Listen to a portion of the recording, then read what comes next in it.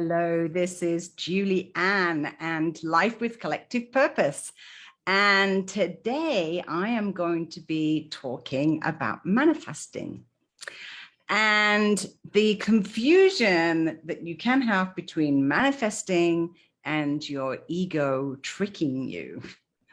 So I want to tell a bit of a story. For those of you that know me, you know that recently I made an announcement on Facebook that I had found my retreat center.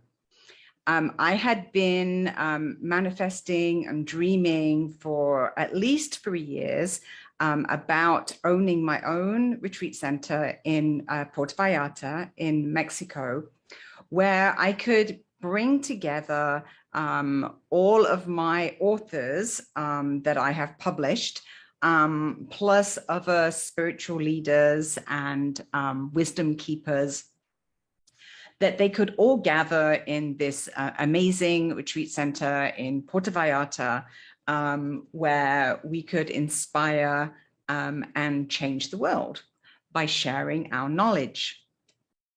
Now, for those of you that know me, you know that I have, some people would say, a charmed life, although this year has been quite exceptional in terms of some of the bad luck and upheaval that I've experienced. I lost my fiance in the middle of August, and I also nearly died myself from pneumonia. That was a very traumatic time, not only with the illness, but my fiance was in coma for almost 30 days. And so being here in Mexico by myself with no family or friends during COVID time, I really relied on my community to help and support me. So, of course, my community was really delighted to hear that I'd had a turn of events and that I had found my retreat center and that I would be moving there. Now, the turn of events would be extraordinary in any circumstances. But the fact that this did not turn out to be the way I expected it to be makes it even more extraordinary. So let me tell you the story. So when my fiance died, his nickname was Azuka, which is sugar. He was a really extraordinary man, full of joy. And everybody that had met him was always happy when they were around him because he was just so joyful. Now, when he passed, I had quite a few people helping me to connect with him on the other side. And the theme that I had, it doesn't matter who I was talking to, it was always around my safety, keeping me safe and keeping me happy. And so I had been, communicating with Azuka as I was going through the journey of grief. And I clearly remember that I was driving into Puerto Vallarta, into Old Town, and I'm in the car and I'm chatting along with Azuka. And I said to him, Azuka, I think I'm ready for a new partner. I feel very lonely. I miss you so much. I miss the company of somebody who's joyful all the time. I miss the companionship and the encouragement. I miss the nurturing and the love.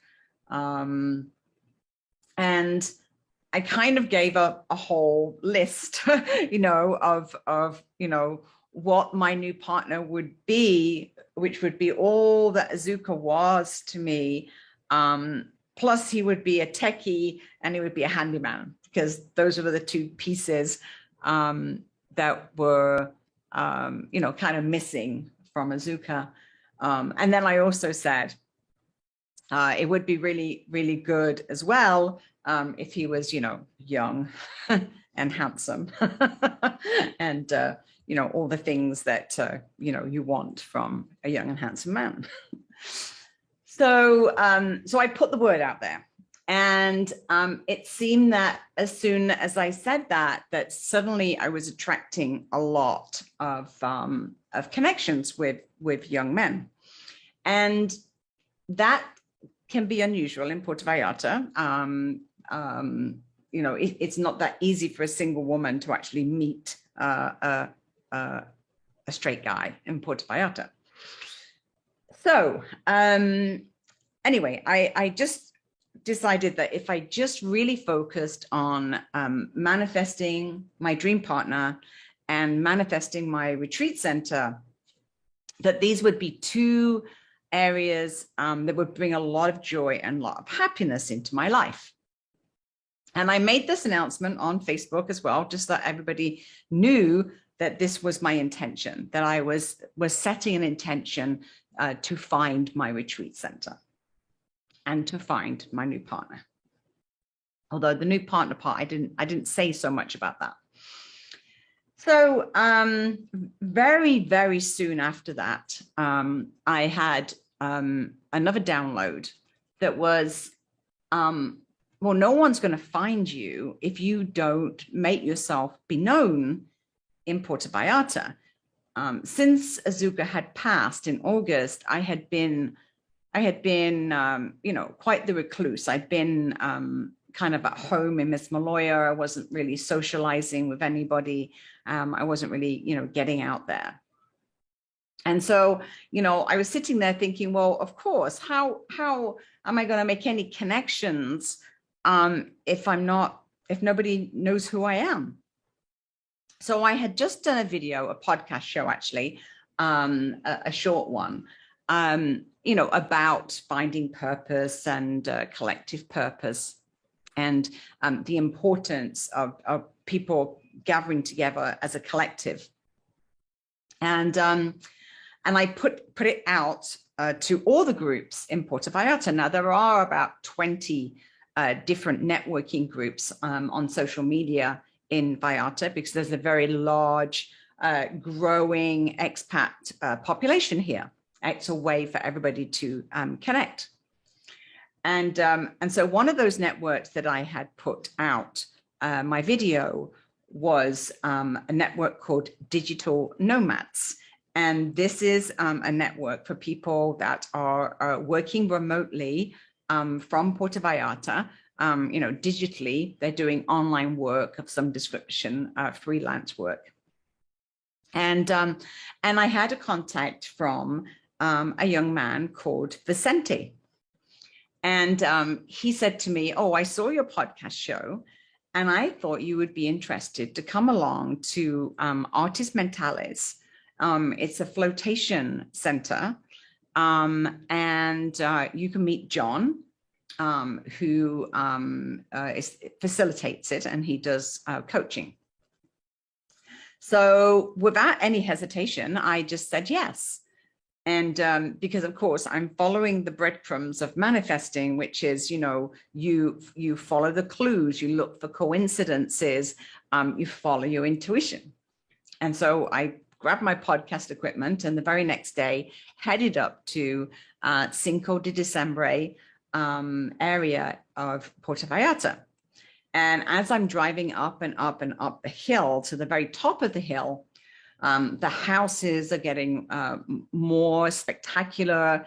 The villas are just beautiful, and a lot of the traditional Spanish architecture.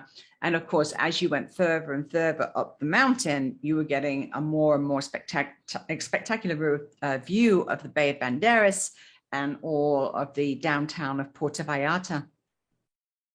And as I'm driving, I can remember clearly thinking, wow, it's really beautiful up here. I would never consider previously even thinking about having a retreat center that close to downtown, because downtown can be very noisy. You know, there's a lot of music and nightclubs. And of course, if you're, you know, anywhere in the vicinity, even up the hill, then the noise from downtown can certainly reach you, and sirens and things like this. But this house was very much at the very, very top of the hill. And I was amazed by how quiet it was. And as I stood outside the property, I was impressed by the grandeur of it. It had a, you know, very large wooden door, big archways, and turrets, and, you know, very grand property. And I was greeted at the door by Vicente. He showed me through the property to meet John. As I walked out to the outside, you know, I was taken aback by the most amazing view. And John introduced himself to me, and as I'm looking around the property, I happened to look over you know, the edge of the building, and there was a casita, and I said, "Oh, is that your property as well?" And he said, "Yes, that's the casita. It belongs to the property, and in fact, our tenants have just moved out. If you know anybody who's interested in renting." Of course, my mind is going like crazy, because this is the first time I had seen this area, and I was impressed by the area. I said, "Oh, actually, you know, I may be interested myself." Anyway, we continued to talk, and as a continuation of that conversation, I had mentioned the reason why I was thinking of moving was because my fiance had died, and I was now living in this quite large property by myself in Miss Maloya, which is, you know, it's in the jungle. It's very isolated. Great if you're a couple, not so great if you're by yourself. And then as I told him that story, John said to me, "Well, that's a coincidence, because I actually lost my partner, Sandy, around the same time." And I said, "Wow, that's amazing. Well, that's an amazing coincidence."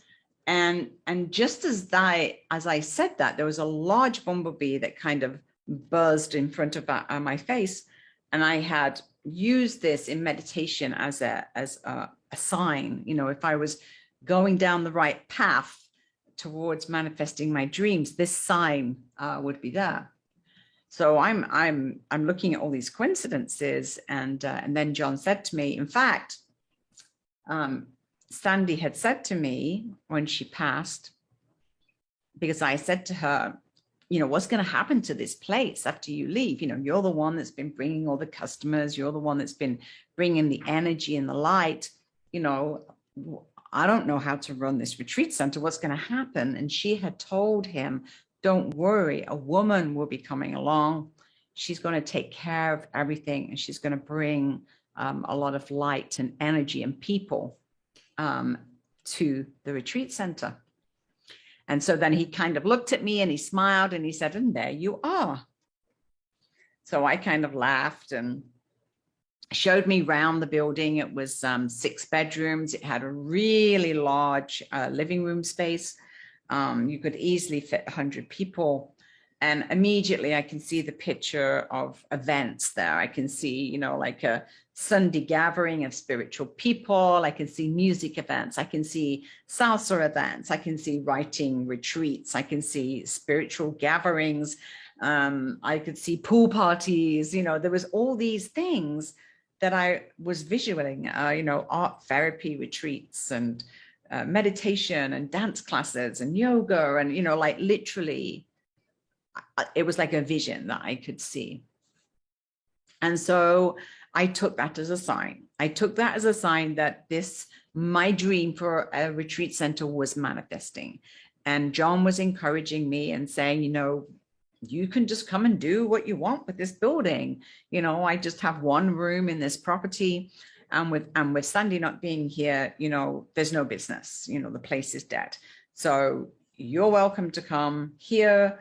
You can stay in the main house if you want. You can rent the casita, just whatever works. And I was like, wow, that was easy. Here's my retreat center. I haven't even had to purchase it or spend any money, and basically being given free reign of this place. So it was kind of a no-brainer. So I immediately thought, okay, that's it then. So I'm going to pack up Miss Malloya, pack up the apartment. It was on a lease, so I had 6 months left of my lease agreement. So I started getting the word out to sublet to one of my friends for the rest of the period, and I started to pack up. I very quickly started the move to the retreat center and the casita, and started investing a lot of money in creating a home in the casita.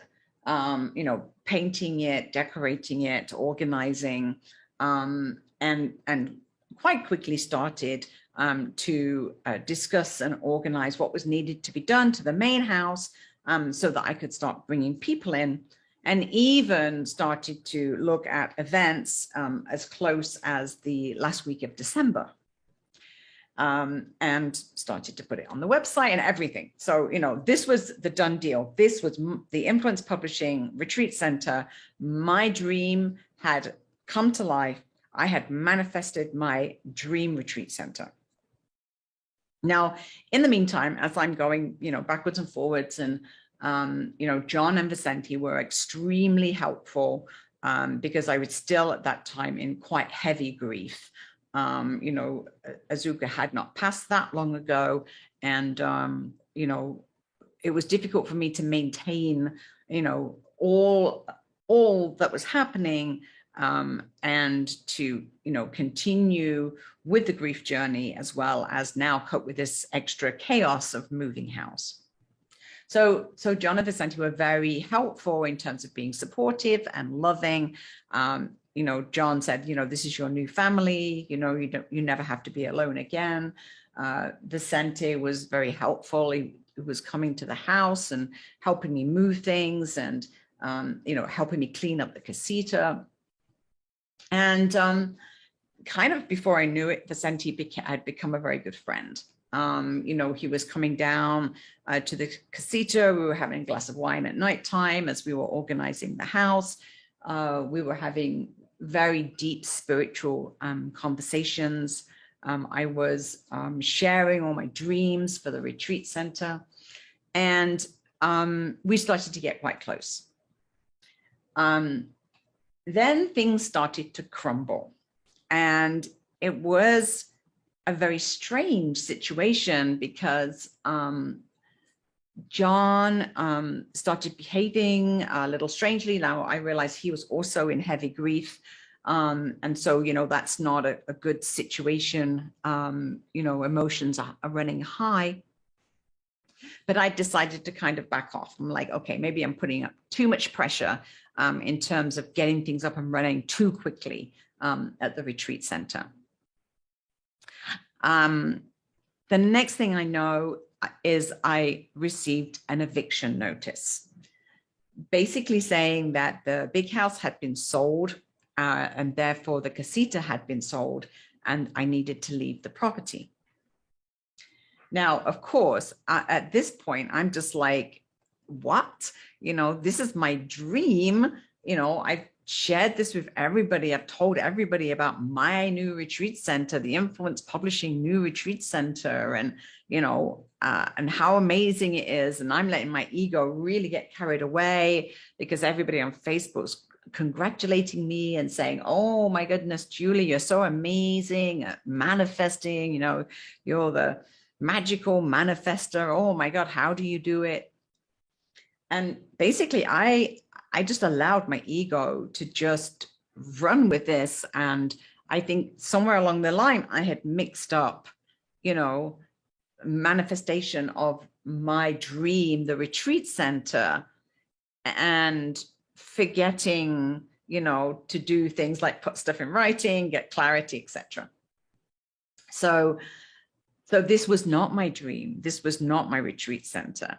And after spending 6 weeks decorating, planning, making the casita beautiful, and, you know, pretty much within 6 weeks, I still had boxes unpacked. And now I was being asked to move out. Now, the one person that was an absolute rock through this whole thing was Vicente. And by this time, we had started to get romantically involved. And as the pressure and the stress of my dream being taken away from me, and having to move again after only 6 weeks, we became closer and closer within our relationship. And I realized that this was connected to Azuka. And the turning point of my realization for that was one evening, we're having dinner, and Vicente suddenly looked at me with a strange, not a strange, but a very calm look on his face. And he just said, "I give Azuka permission to use my body." And the next thing I know, Azuka was in Vicente's body, communicating with me directly through Vicente. Now, this has happened a few times since, and we've got help in terms of supporting us in that communication, but realizing that this whole story of manifesting a retreat center was never about the retreat center. It was only my ego that made it about the retreat center.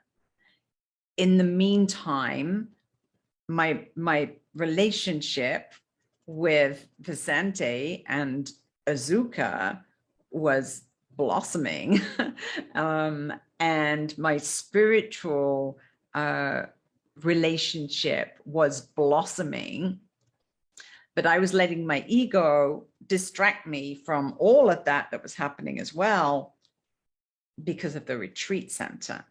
So the minute I let go of the retreat center and said, this is not actually my retreat center. This was never about the retreat center. This was always about Azuka and Vicente. And now I realize that when it comes to manifesting is really a manifestation of our spiritual journey, our path. And my path is a much bigger path than I ever realized it was. And in order for me to do that, I've now been shown a new soulmate, a spiritual partner, which is also very connected to Azuka. So I've now got that strong connection with Azuka, but also now with my new partner, Vicente. And together we're having very deep spiritual conversations about the new generation of healers, which is Vicente. And the partnership of the two generations joining together, this is the evolution of healers, the evolution of spiritual leaders. So it's a very significant path of my personal journey, my personal spiritual journey. And now I am back in Miss Maloya, back in my old apartment, and just delighted to be back here. I have put that whole event now as an experience, not about the retreat center and manifesting a retreat center, but actually looking for the next step in my spiritual journey with my new soulmate, supported also by Azuka. And so, you know, my message at this time of the year where we're approaching Christmas and approaching the new year is, yes, you can manifest your dreams, but don't be attached to them, because there may be something much bigger, a much bigger purpose than you could possibly ever know.